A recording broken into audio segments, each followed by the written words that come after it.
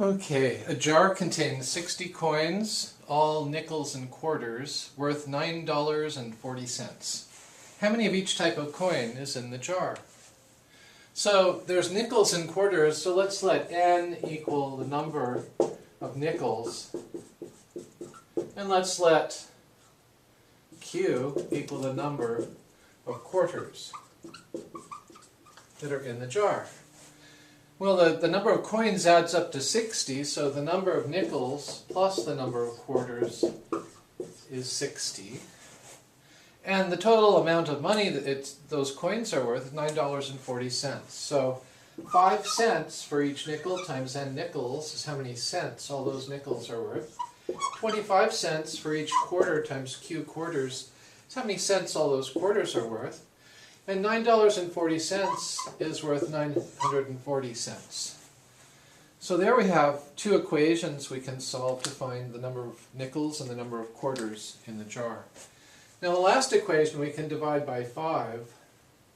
So let's divide that last equation both sides by 5.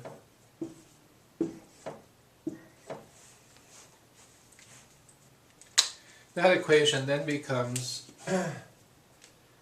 n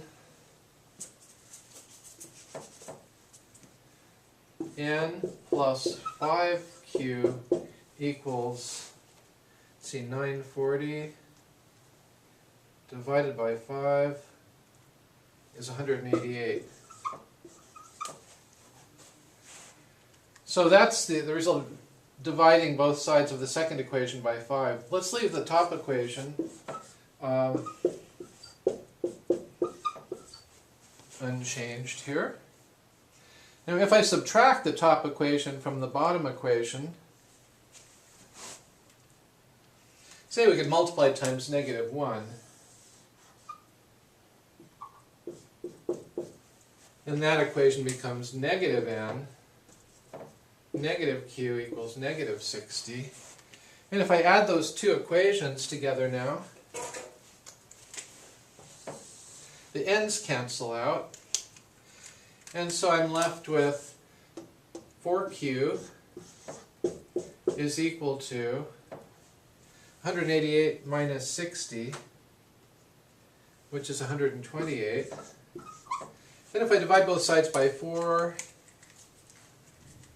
I can find how many quarters there are. 128 divided by 4 is 32. So we have 32 quarters in that jar. And we have left now to find how many nickels, but we know the total sum of the number of coins is 60. So combining that with our information now that there are 32 quarters, and we can find how many nickels there are. So the number of nickels plus the number of quarters, which is 32, equals 60. And if I subtract 32 from both sides of this equation, I get that the number of nickels is 28.